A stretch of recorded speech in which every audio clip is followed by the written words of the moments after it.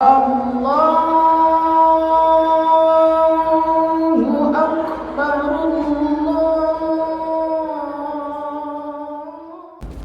Assalamualaikum warahmatullahi wabarakatuh. Bismillahirrahmanirrahim. Alhamdulillahi wahdah, sadaqa wa'dah wa nasara 'abdah wa 'azza jundah wa hazamal ahzaba wahdah. Ashhadu an la ilaha illallah wahdahu la syarika lah wa ashhadu anna sayyidana wa nabiyyana Muhammadan abduhu wa rasuluh la nabiyya ba'dah. Allahumma salli wa sallim wa barik ala hadzal nabiyil karim war rasul sanadil azim dzil qalbir rahim sayyidina wa maulana Muhammad wa ala alihi wa ashabihi ajma'in. Amma ba'du, qala Allah ta'ala fi kitabihil karim, a'udzu billahi minasy syaithanir rajim. Bismillahirrahmanirrahim. Ya ayyuhalladzina amanu taqullaha haqqa tuqatih wa la tamutunna illa wa antum muslimun. Shadaqallahul azim. Bapak-bapak, para hadirin jemaah Baitul Izzah yang dimuliakan Allah Subhanahu wa taala. Ibnu Mas'ud meriwayatkan khatta lana Rasulullah sallallahu alaihi wasallam yauman khututan thumma qala khatta lana Rasulullah sallallahu alaihi wasallam yauman khattan. Suatu hari, kata Ibnu Mas'ud, Kangjeng Nabi membuat garis, satu garis. Thumma qala, kemudian beliau bersabda, hadza sabilullah, ini jalan Allah. Thumma khatta khututan, lalu beliau membuat garis lagi, beberapa garis yang lain. An yaminihi wa yasari, sebelah kanan garis itu dan sebelah kiri garis itu. Tsumma qala, lalu beliau bersabda, hadhihi subul ala kulli sabilin minha syaitanun yad'u ilaiha. Tsumma qara'a wa anna hadha sirati mustaqiman fattabi'uhu wa la tattabi'us subula fatafarraqu bikum an sabili dzalikum wasaqum bihi la'allakum tattaqun. Garis yang satu, kata Kangjeng Nabi, ini jalanku, jalan Allah. Garis-garis lain sebelah kanan dan sebelah kiri yang cukup banyak, itu adalah jalan-jalan yang pada setiap jalan itu ada syaitan yang mengajak kepada jalan yang di kiri kanan itu. Lalu Kangjeng Nabi membacakan satu ayat dari surat Al-An'am ayat 153. Wa anna hadza sirati mustaqiman fattabi'u, bahwa jalan ini jalan lurus, hendaklah kalian mengikuti jalan itu. Wala tattabi'us subula, jangan ikut jalan-jalan ini yang bukan lurus ini, yang kanan beberapa garis, yang sebelah kiri beberapa garis. Fatafarraqu bikum an sabili, maka berpisahlah kalian itu dari jalan Allah yang lurus tadi, jika ikutin jalan yang lain yang menyimpang, baik di kiri maupun di kanan.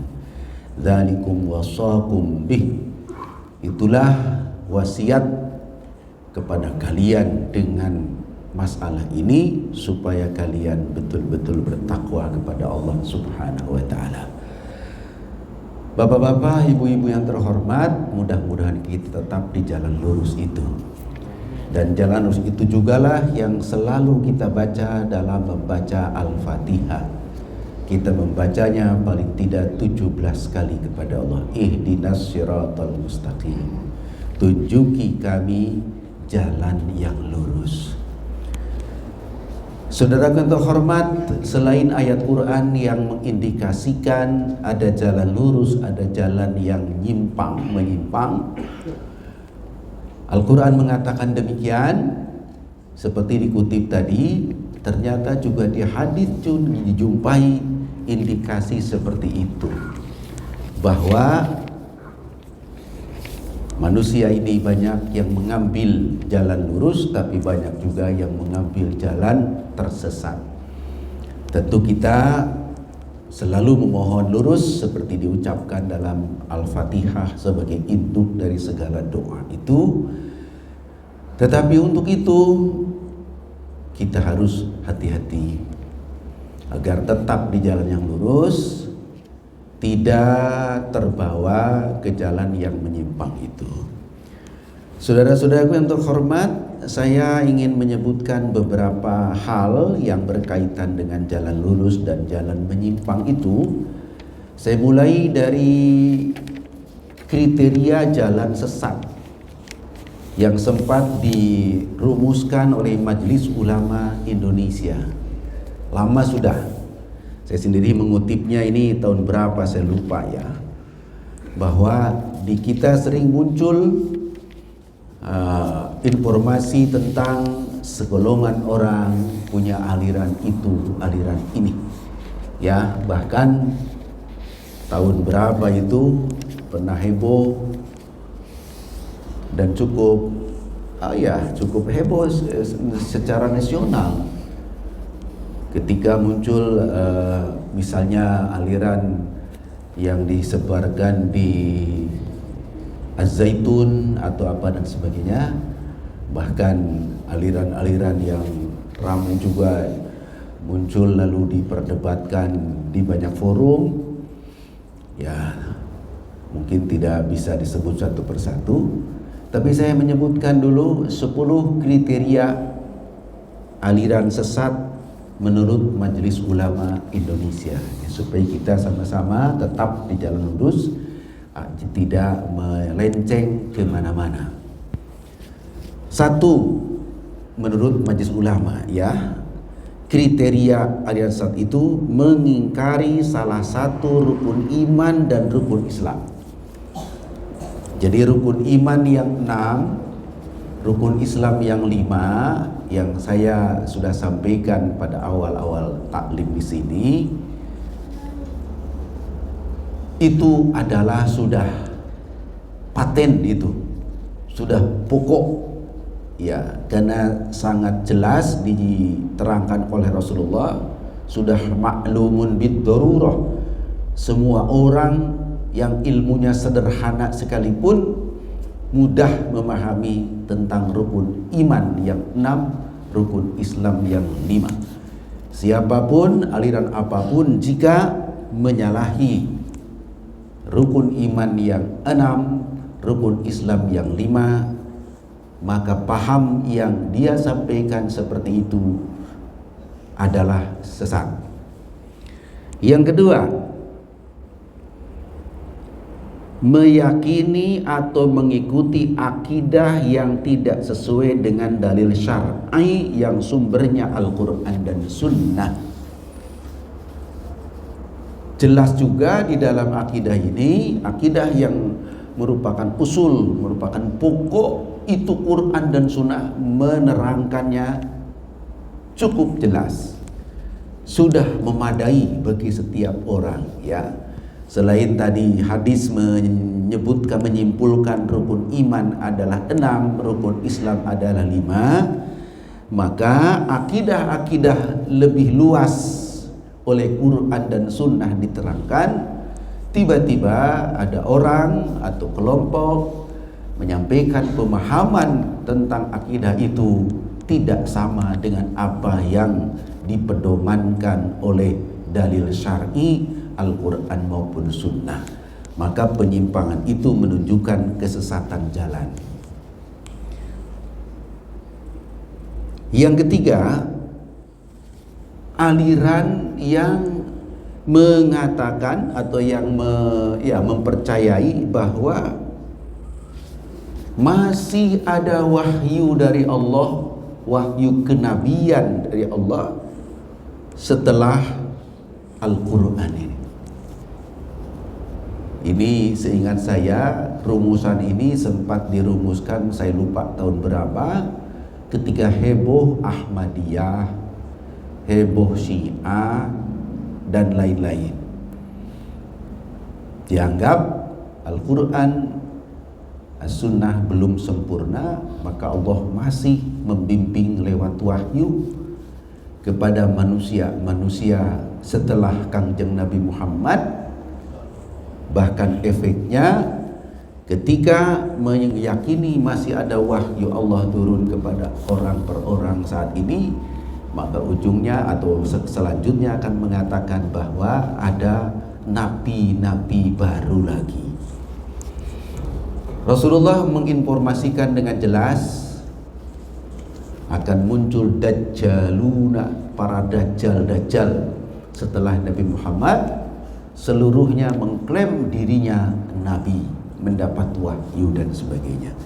Dan kita sudah sering mendapat informasi itu sejak Kangjeng Nabi, sejak zaman Kangjeng Nabi sebetulnya dikenal seperti Musailamah Al-Kadzab, ya, itu masih dari zaman Rasulullah, di akhir zaman Rasul, tapi ditumpas pada zaman Sayyidina Abu Bakar As-Siddiq. Kemudian muncul lagi orang mengaku seperti itu. Bahkan di Indonesia muncul lagi, ada Mossadegh, ada Lia Edan. Kemudian dan sebagainya, itu mengaku bahwa dapat wahyu dari Allah. Itu adalah ciri-ciri aliran-aliran yang menyimpang, yang sesat. Yang keempat, ini kriteria Majelis Ulama, mengingkari autentisitas dan kebenaran Al-Quran. Isi Al-Quran kita yakini pasti benar. Sejak awal, sejak zaman Kangjeng Nabi sampai akhir zaman, maka isinya pasti benar.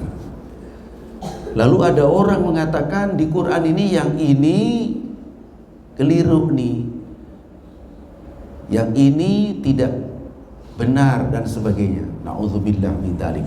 Kalau ada orang yang mengingkari kebenaran sedikit saja dari isi Al-Quran, lalu dijadikan pemahaman mereka, maka pemahaman mereka adalah sesat. Nomor 5, menafsirkan Al-Quran yang tidak berdasarkan kaidah tafsir. Jadi kalau begitu Ustaz, kita ini harus meyakini kebenaran kaidah.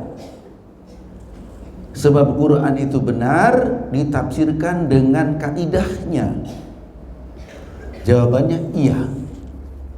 Itu sejak Kangjeng Nabi Muhammad. Dahulu pada zaman Rasulullah ada, maka orang bertanya makna dari Al-Quran itu kepada Kangjeng Nabi, penjelasannya. Lalu Kangjeng Nabi tidak akan hidup secara fisik abadi, tapi mewariskan pesan. Tanyakan kalau soal Quran itu ke Ibnu Mas'ud. Kata Rasul, berarti ada rekomendasi Rasulullah, tanyakan kepada ahlinya. Maka Ibnu Mas'ud, Ibnu Abbas, Sayyidina Umar, Sayyidina Ali, Sayyidina Ubay, itu pakar-pakar Al-Quran yang dalam menafsirkan Al-Quran itu hati-hati dan berdasarkan kedalaman ilmunya. Belakangan kaidah-kaidah itu disusun dengan tertib agar umat-umat di akhir zaman tidak serampangan memahamkan Al-Quran itu. Itulah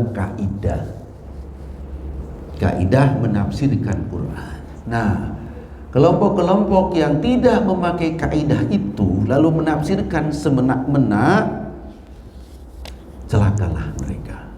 Mereka telah menyimpang ketika menafsirkannya dengan semena-mena. Maka Majelis Ulama memasukkan ke dalam kriteria ke-5 berkaitan dengan indikasi kesesatan suatu aliran.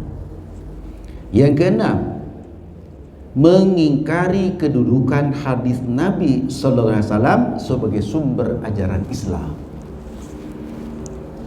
Jadi ada orang yang mengatakan Quran itu sudah cukup, segala sesuatunya ada di Al-Quran, maka nggak perlu yang lain lagi. Nah, ungkapan ini bisa meracuni, mengecoh orang. Sebab ada orang yang langsung terpancing, iya, langsung iya saja. Quran itu paling sempurna firman Allah Subhanahu wa taala. Jadi enggak butuh yang lain lagi. Kata-kata sempurna firman Allah itu sampai di situ benar. Tapi ketika mengatakan tidak butuh sumber yang lain, salah. Salah kata siapa? Kata Quran sendiri. Quran di dalamnya ada ayat wa ma atakumur rasulu fakhudhuhu wa ma nahakum anhu fantahu. Apa yang datangkan oleh Rasul itu kamu ambil, dan apa yang dilarangnya kamu cegah, termasuk yang belum dicantumkan detailnya di dalam Al-Quran. Paling sederhana di dalam kajian fikih, ya, paling sederhana dalam kajian fikih soal wudu misalnya. Kan Quran cuma menyebutkan mencuci dan mengusap 4 anggota. Idza qumtum ila shalah faghsilu wujuhakum wa aydiyakum ilal marafiqi wamsahu bi ru'usikum wa arjulakum ilal ka'bain. Cuma 4 saja. Tapi kita melaksanakan wudu itu bukan cuma 4, ada yang lainnya juga. Bahkan ketika dirumuskan dalam fiqih mazhab Syafi'i, rukun wudu itu ada 6, bukan 4. Apa tambahannya? Yang 2 lagi, karena Quran cuma menyebutkan 4. Maka ditemui dalam hadis kelimanya, nomor 5-nya, yaitu apa? Innamal a'malu binniyat wa innamal likulli imrin ma nawa. Maka rukun wudu 4 kata Quran tambah 1 kata hadis jadi 5. Tambah 1 lagi ijtihad, mesti tertib dilaksanakannya itu. Jadilah rukun wudu adalah 6. Jika bersumber kepada Quran saja, maka hanya dijumpai 4 saja. Ya, itu pun bagaimana merumuskannya sehingga harus diurutkan secara tertib. Itu contoh. Jadi siapapun dalam berislam ini hanya mencukupkan Quran tanpa penjelasan hadis dan lain-lain, maka ciri-ciri aliran itu sesat.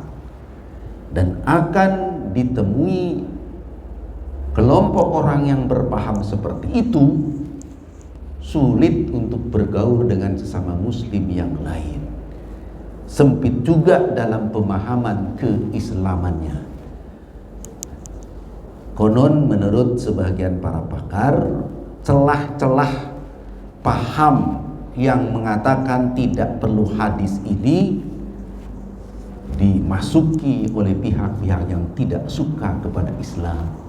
Konon termasuk para orientalis itu sengaja itu ngomporin itu, menghidup-hidupkan, oh Islam itu sudah bagus, cukup Quran, tidak perlu hadis lagi. Kenapa? Satu, memang Quran sudah sempurna kata mereka, nggak perlu yang lain. Yang kedua, sumber kesohihannya Quran itu tidak bisa diragukan.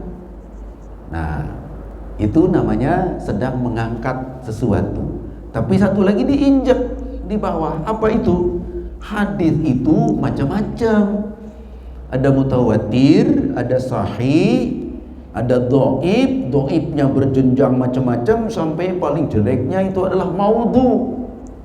Bagaimana kita mau percaya kepada yang beda-beda seperti itu? Kategori kesahihannya.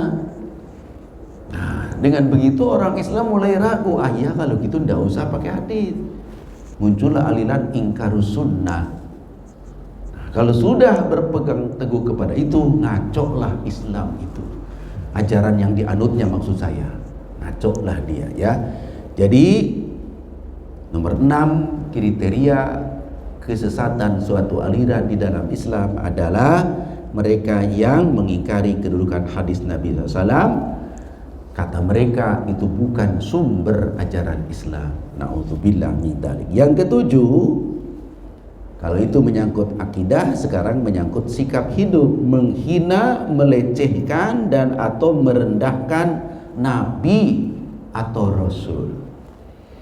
Kalau menghina, melecehkan nabi manapun, apalagi kanjeng Nabi Muhammad SAW, maka ini masuk kategori aliran sesat kalau pandangannya seperti itu. Kalau orang per orang itu masuk murtad. Tapi kalau menjadi paham sekelompok orang, itu bukan cuma murtad orang per orang, tapi pahamnya memang sesat. Ini indikator yang dituliskan oleh Majelis Ulama nomor 7. Oleh karena itu mohon maaf, hati-hati juga saya ingin ingatkan kepada tuan-tuan, nyonya-nyonya, karena masyarakat kita ini termasuk masyarakat yang hobi humor, hobi bercanda, hobi komedi dan sebagainya. Mohon maaf, materi akidah jangan dijadikan, atau urusan akidah jangan dijadikan materi candaan. Ya, kalau tuan-tuan kaji Sulamut Taufiq itu bisa menimbulkan murtad lisan. Murtad akibat lisan maksud saya. Ya, jika kita mempermainkan, memperolok-olokkan ya masalah pokok dalam agama, Quran atau isinya, para nabi, para rasul dengan risalahnya, lalu dipakaikan guyon dan main-main, saya menganggap tetap harus hati-hati ini ya, tidak sembarangan. Itu adalah indikasi ketujuh, menghina atau melecehkan atau merendahkan. Indikasi yang kriteria yang ke-8 adalah mengingkari Nabi Muhammad SAW sebagai Nabi dan Rasul terakhir. Jadi ini ada kesamaan dengan tadi, dengan masih adanya wahyu yang turun. Maka nomor ke-8 adalah tidak meyakini ke Nabi Muhammad sebagai Nabi terakhir. Masih ada nabi lagi setelah Nabi Muhammad. Ini ciri-ciri bahwa aliran itu adalah sesat. Yang ke-9, ini kelakuan nih, mengubah, menambah dan mengurangi pokok-pokok ibadah yang telah ditetapkan oleh syariat agama. Tentu ini urusan yang pokok ya. Kalau menambah, mengurangi yang bukan pokok, tidak menyebabkan aliran dianggap sesat. Misal, ada yang sholat subuh pakai kunut, ada yang tidak. Oh, itu tidak pokok itu. Tidak sampai dia sesat. Ya. Karena itu bukan urusan pokok. Tapi kalau sholat subuhnya tiba-tiba jadi 3 rakaat menurut paham tertentu, ini nambahin urusan pokok. Maka yang seperti itu menunjukkan tanda-tanda sesat aliran tersebut. Terakhir yang ke-10 adalah mengkafirkan sesama muslim tanpa dalil syar'i. Oleh karena itu, memutuskan seseorang dengan pahamnya itu kafir atau tidak kafir jangan sembarangan. Harus diputuskan oleh satu keputusan para ahlinya untuk menyatakan bahwa ini adalah kafir, ini adalah tidak. Jadi tidak sesederhana, karena dia sudah berbeda dengan kami dalam hal ini maka dia telah kafir. Ini hati-hati. Nah, kelompok yang sesat itu sering kita jumpai begitu mudah mengkafirkan orang lain sesama muslim lantaran hanya perbedaan pendapat, kadang hanya urusan urusan cabang, bukan urusan pokok. Nah, bapak-bapak, ibu-ibu yang terhormat, itulah 10 kriteria yang menunjukkan bahwa jika ada salah satu di antara yang 10 atau ke-10-10-nya dianut paham seperti itu, maka paham tersebut adalah sesat. Untuk itu tuan-tuan, nyonya, hati-hati, karena di era keterbukaan, globalisasi seperti ini, informasi seperti itu mudah datang kepada kita, kadang mengajak kepada kita, dan banyak kita jumpai. Sehubungan dengan itu, perkenankan saya lanjutkan. Kalau itu kriteria Majelis Ulama, Al-Quran juga mengatakan, tadi saya kutip ayatnya, ada jalan lurus, ada jalan menyimpang. Maka ada satu hadis cukup populer di tengah kita, sering diungkap-ungkap orang dengan segala kerendahan hati dan keminiman ilmu saya ingin ulas juga, yaitu qala Rasulullah sallallahu alaihi wasallam, iftaraqatil yahudu ala ihda wa sab'ina firqah. Kata Kanjeng Nabi, telah terpecah-pecah, berfirqah-firqah Yahudi ala ihda wa sab'ina firqatan, kepada 71 firqah, 71 aliran. Wa tafarraqat an-nasara ala ithnataini wa sab'ina firqah, sementara Nasrani telah terpecah menjadi 72 aliran. Wa tafarraqat ummati ala 73 firqah, dan juga terpecah-pecah, berfirqah umatku menjadi 73 firqah. Sampai di kalimat itu, hadis ini dari Abu Hurairah, diriwayatkan satu oleh Abu Daud, kedua oleh Tirmidzi, tiga oleh Ibnu Majah, 4 oleh Ibnu Hibban, 5 oleh Al-Hakim. Derajat hadisnya menurut Imam At-Tirmidzi hasan sahih, menurut Ibnu Hibban sahih, menurut Imam Al-Hakim sahih, menurut Ibnu Hajar hasan, menurut Ibnu Taimiyah sahih. Ulama yang belum lama meninggal, Yusuf Qaradawi, abstain, tidak menilai apa-apa. Kemudian sampai di sini ada seorang ulama yang saya kutip pendapatnya, yaitu Syekh Muhammad bin Salim Al-Hafni, yang dimaksud berbeda di kalangan umat Islam sampai 73 adalah fil usul wal i'tiqad dunal furu'. Perbedaan firqahnya itu hanya pada usuluddin, pokok-pokok agama, sehingga menjadi 73 berbeda, mengaku Islam tapi beda dalam pokok-pokok agama dan i'tikadnya, bukan berbeda dalam furu'iyah. Jadi kalau berbeda furu'iyah itu tidak disebut firqah lain gitu. Tapi kalau berbeda dalam usul, dalam pokok-pokok akidah, pokok-pokok keagamaan tadi, maka itu adalah masuk dalam hadis yang disebut berselisih, berbeda-beda firqahnya. Sebelum saya teruskan komentar Syekh Muhammad Salim Al-Hafni ini, saya akan menambahkan lanjutannya. Kan 73 firqah. Ada lanjutan. Tapi lanjutan ini bukan dari Abi Hurairah, dari Abdullah bin Umar. Ada kalimat kulluhum finnar illa millatan wahidatan. Seluruhnya adalah masuk neraka kecuali millah yang satu.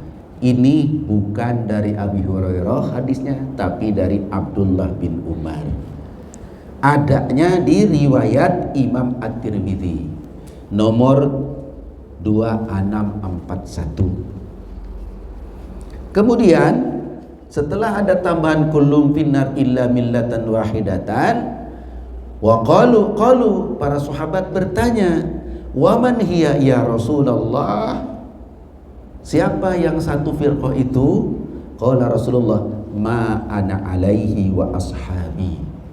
Katakan yang Nabi, itulah aliran yang selamat itu, yang mereka ikut kepadaku dan kepada sahabat-sahabatku. Ma ana alaihi wa ashabi.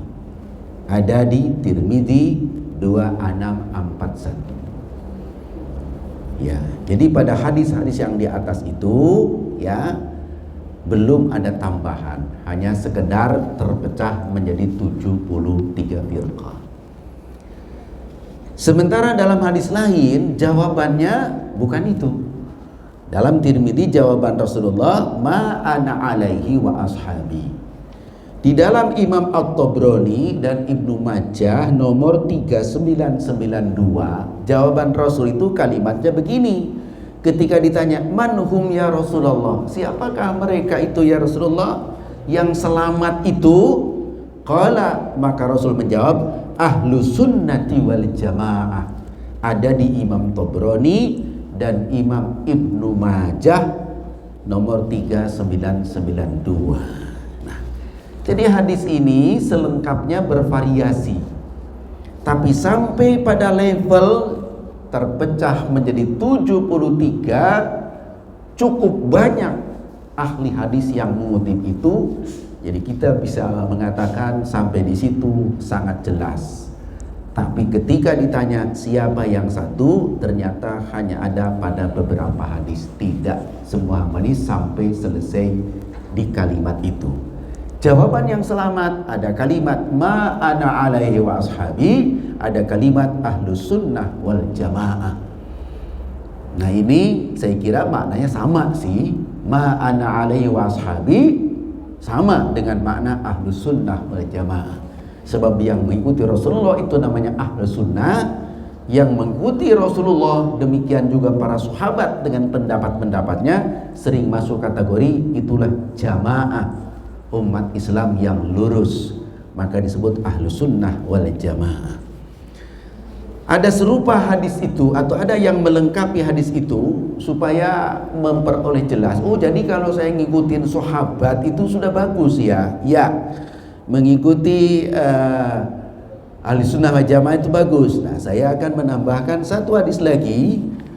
Ada katakan yang Nabi, fa innahu may ya'shi minkum min ba'di fasayarah ikhtilafan katsira. Siapa kalian di antara kalian yang umurnya diberi agak panjang akan menyaksikan perselisihan di antara umatku itu. Pada zaman Rasul masih utuh, tapi tidak lama kemudian terjadi perselisihan sepeninggal Kanjeng Nabi. Rupanya Kanjeng Nabi sudah tahu prediksi itu, maka Rasulullah wasiat atau pesan, fa'alaikum bisunnati wa sunnatil khulafa'ir rasyidin al-mahdiyyin tamassaku biha wa 'addu 'alaihi bin nawajid. Ada di riwayat Imam Abu Daud. Jadi kalau terjadi maka pegang teguh olehmu sunnahku dan sunnah khulafa'ir rasyidin al-mahdiyyin. Jadi itu berarti pedoman bagi umat selanjutnya sepeninggal Rasulullah. Kalau ada Rasulullah tinggal tanya kepada beliau mana salah mana benar, mana tidak benarnya, mana salah mana tidak salahnya.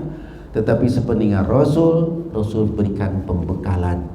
Selain petunjuk Kanjeng Nabi, maka apa yang disampaikan, dijelaskan oleh para ulama rasyidin itu juga adalah jalan yang lurus. Nah, oleh karena itu berkaitan dengan kesamaan dan perbedaan, saya kutip kembali pendapat para ulama tentang sejauh mana antara kita ini boleh berbeda.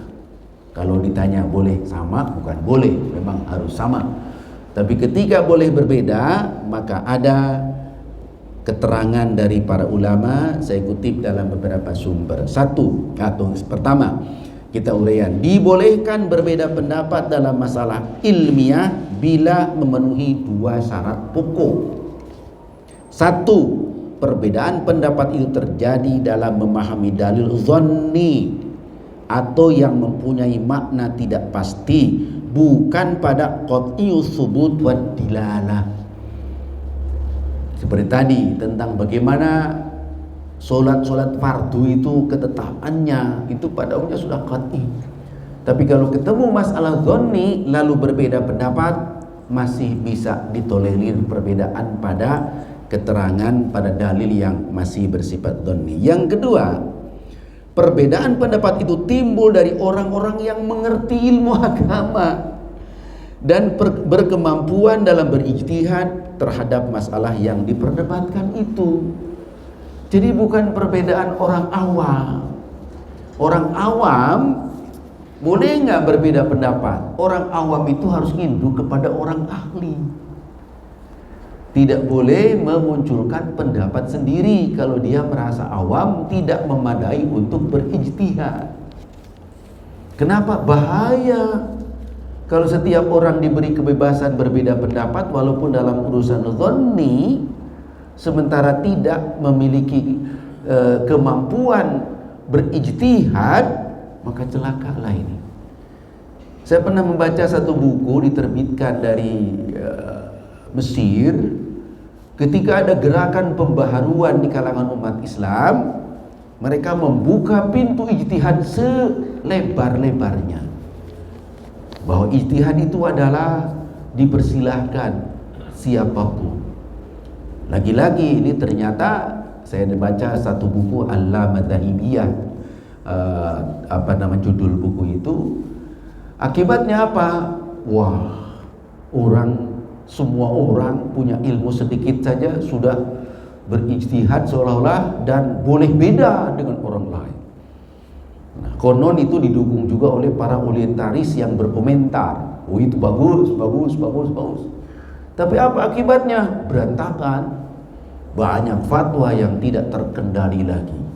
Akhirnya orang kembali lagi, ada persyaratan bagi orang untuk berbeda pendapat.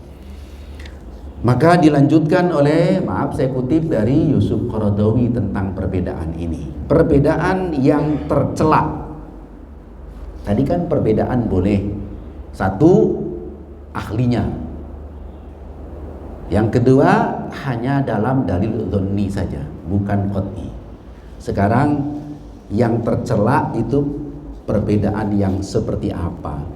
Satu, perbedaan yang bermotifkan pembangkangan, kedengkian, dan mengikuti hawa nafsu semata-mata.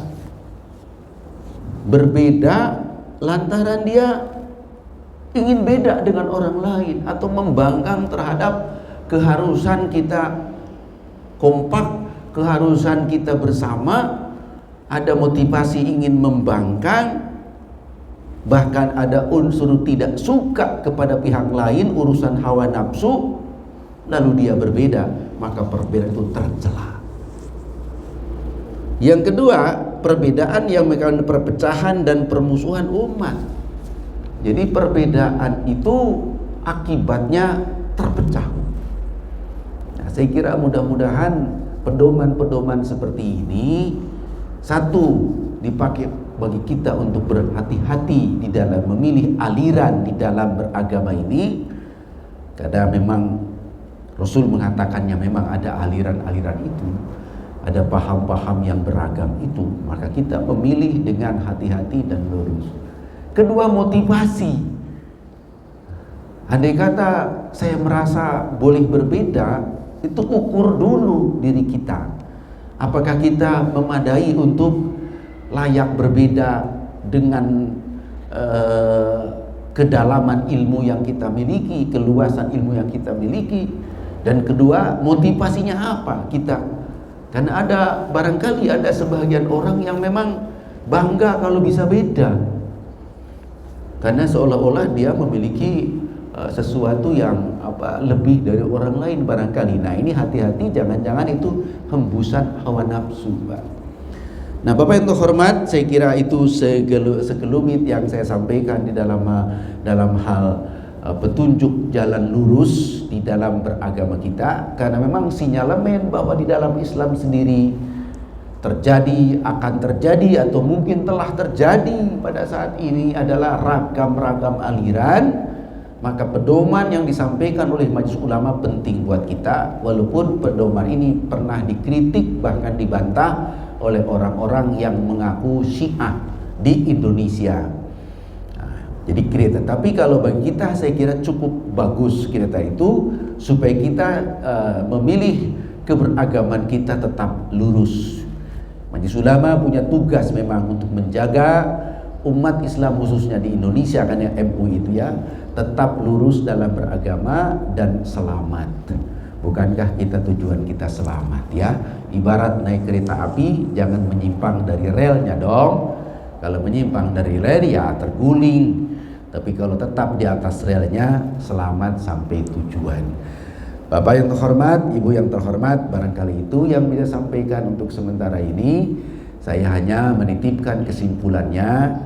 Mari kita imani dengan sebaik-baiknya apa yang diajarkan dalam rukun iman kita, di dalam pedoman-pedoman keberimanan kita kepada agama kita, agama Islam. Sederhananya adalah rukun iman yang 6 dan diyakini oleh kita pelaksanaannya dalam rukun Islam yang 5. Tentu saja cabang-cabang dari yang 6 dan 5 itu jika diuraikan menjadi cukup luas, tetapi simpelnya seperti itu. Oleh karena itu sering dikatakan agama Islam sebetulnya simpel. Maka bagi orang-orang di luar Islam ketika akan memeluk Islam, maka tidak tidak susah untuk memahami agama Islam kita ini agar bisa dilaksanakan dengan baik. Untuk sementara itu kami sampaikan. Jika ada yang tuan-tuan ingin tanyakan, saya coba menjawab semampu saya. Demikian, wallahu a'lam bishawab. Silahkan. Waalaikumsalam warahmatullahi wabarakatuh. Ya.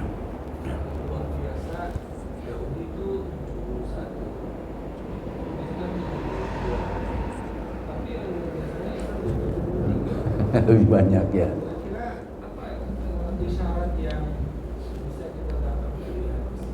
Iya.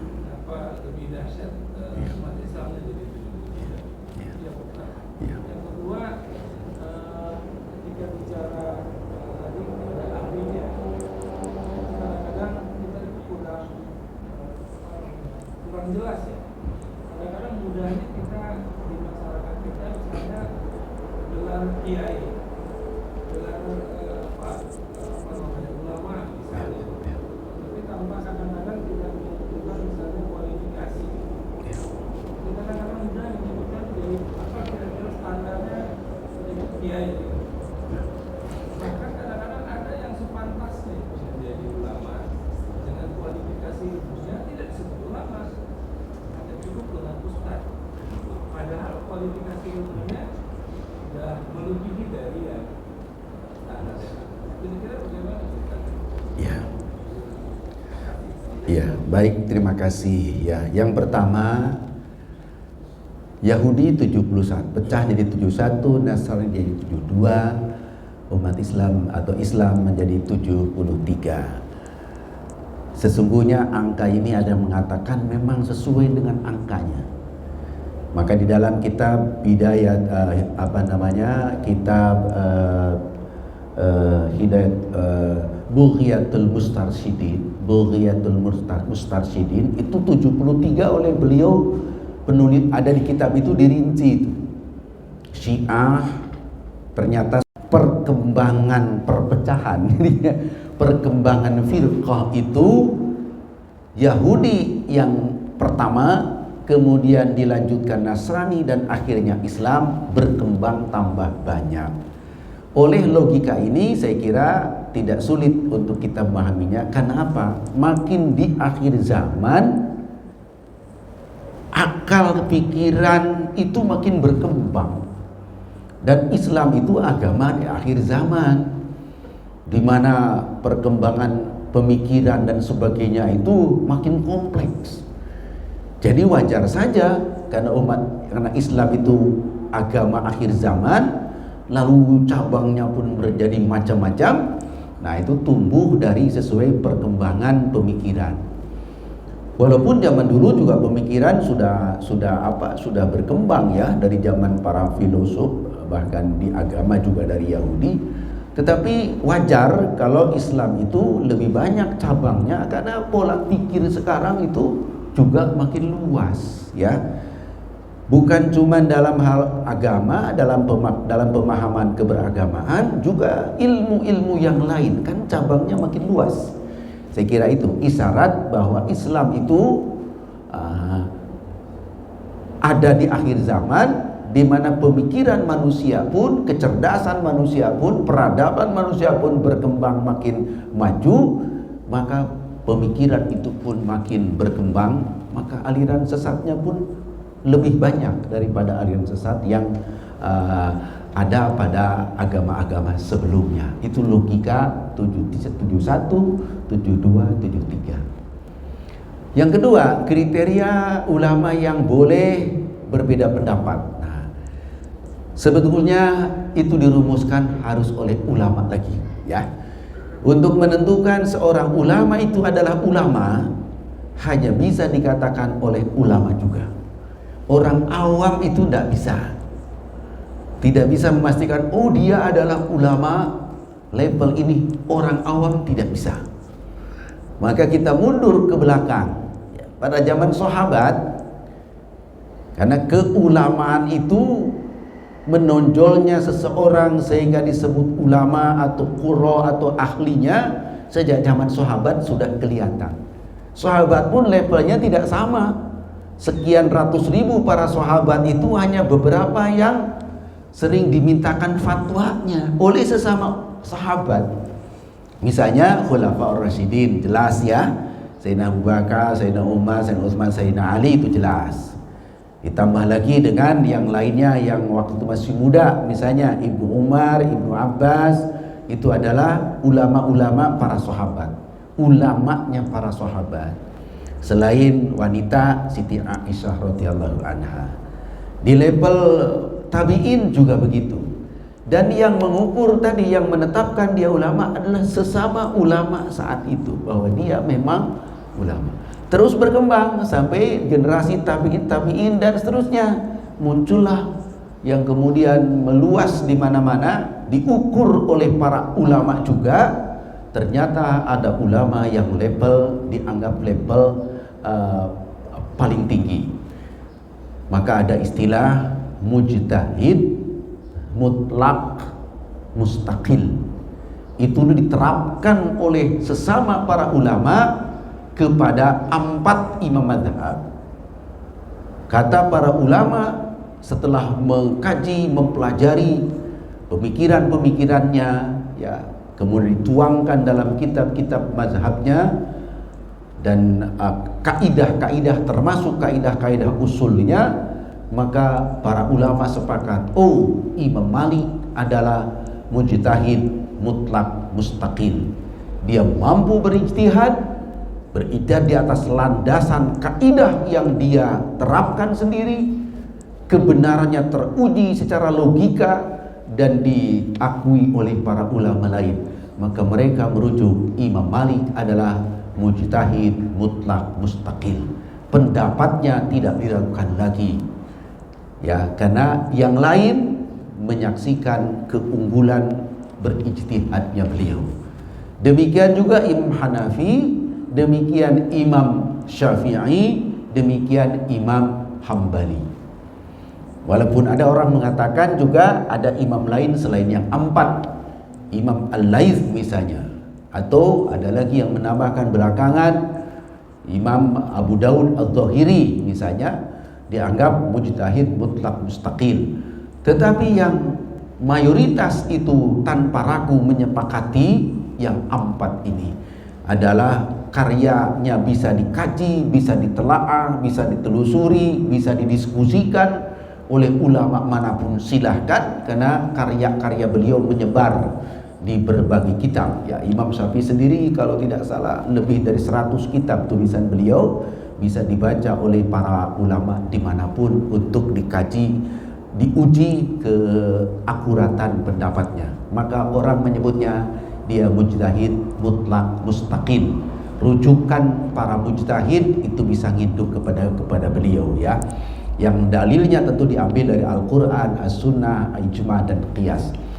Di bawah itu, nah muncul mujtahid mutlak muntasib.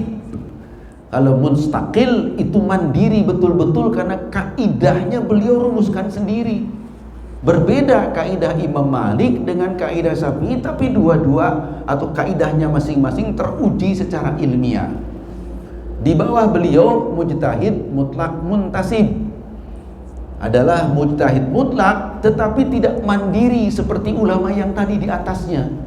Masih menggunakan kaidah-kaidah ulama yang tadi untuk memastikan menyimpulkan suatu hukum. Maka disebut muntasib karena bernasabkan kepada ulama itu. Di bawah itu ada lagi mujtahid madhab seperti Imam An-Nawawi Ad-Dimashqi misalnya, dia mujtahid juga. Maka mujtahid ini kemampuan ijtihadnya induk ke salah satu madhab saja. Misalnya Imam Nawawi pada madhab Syafi'i, Imam Ibnu Qudamah atau Ibnu Taimiyah pada madhab Imam Ahmad bin Hambal itu nginduk ke atasannya sebagai ulama mujtahid mustaqil dalam madhab tertentu. Itu level-level orang yang ditolerir oleh para ulama, perbedaannya satu sama lain karena pada level itu. Makin kesini, nah ini yang menjadi polemik memang.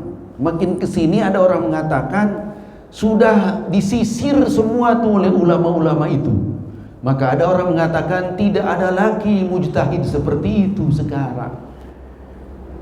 Lalu dipandang, oh berarti kita sudah ditutup ya pintu ijtihad. Nah, ada yang menanggapinya telah ditutup pintu ijtihad karena tidak ada lagi ijtihad. Sesungguhnya bukan ditutup, tapi berbagai problematikanya sudah terjawab gitu Pak. Sudah terjawab oleh para mujtahid itu. Nah, kan sebagian orang mengatakan ijtihad tidak boleh ditutup karena kecerdasan orang berkembang terus. Maka menutup ijtihad berarti menutup ilmu agama Islam. Bukan. Karena ada orang menuduhnya telah ditutup ijtihad, tidak boleh lagi oleh berijtihad. Sebenarnya bukan tidak boleh. Silahkan, tetapi mau membahas apa? Karena hampir segala problem keagamaan sudah semua disisir. Jika ada orang merasa berijtihad lalu mengeluarkan pendapat, ternyata pendapat tidak keluar dari apa yang sudah dirumuskan atau dijadikan oleh ulama-ulama sebelumnya. Sehingga andai kata nginduk saja kepada mereka sudah memadai. Nah, maka turun ke sini para mujtahid itu adalah hanya mujtahid muqallid atau mujtahid muttabi saja, menginduk kepada para mujtahid. Nah, sehingga sekarang kemana kita yang saya katakan saya ikutin pendapat ini sudah cukup apa tidak? Nah, di kalangan para ilmuwan itu ada hierarkinya Pak. Jadi kalau saya berpendapat, saya mengikuti pendapat ini yang diambil dari kitab ini, penyusunnya ulama ini, level keulamaannya ini cukup.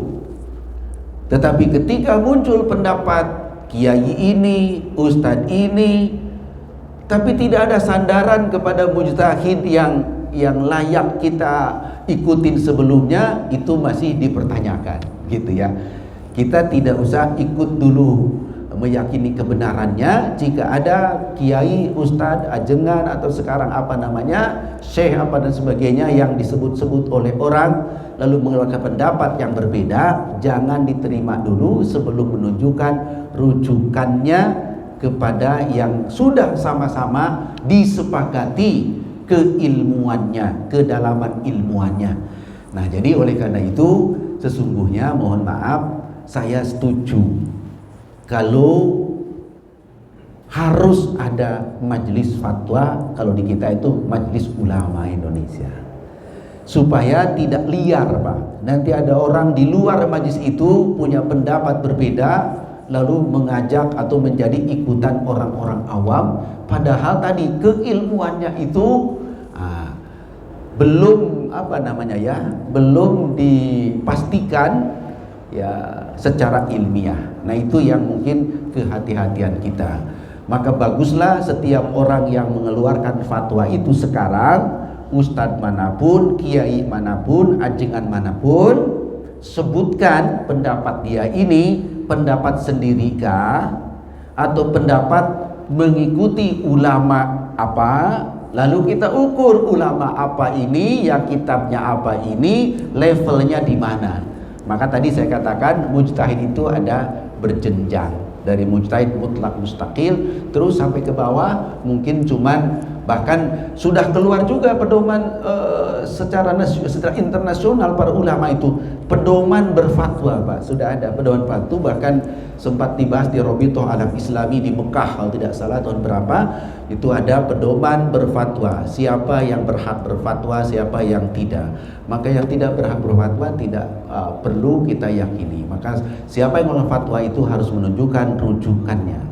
Dan kalau tuan-tuan membaca fatwa-fatwa yang diterbitkan oleh Majelis Ulama Indonesia misalnya, atau oleh Majelis Tarjih Muhammadiyah, atau oleh Bahthul Masail Suriah NU, selalu ada rujukannya, ya.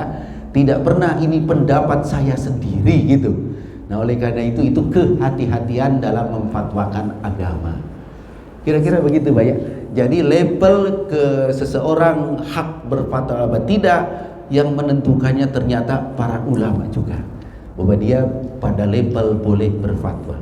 Dan di akhir zaman ini, walaupun ada yang fatwa individual, biasanya lebih akurat fatwa ijtimai, artinya kesepakatan para ulama itu yang lebih aman. Secara kolektif para ahlinya maka di Indonesia pun majelis ulama itu sesungguhnya adalah supaya kita aman, tidak ngikutin fatwa orang per orang saja, ya.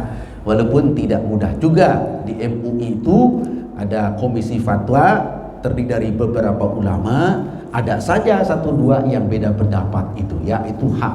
Nah, menyikapi seperti ini, mohon maaf, kalau diputuskan oleh satu majelis secara bersama-sama, itu layak, bahkan mungkin harus ya diikuti oleh orang awam.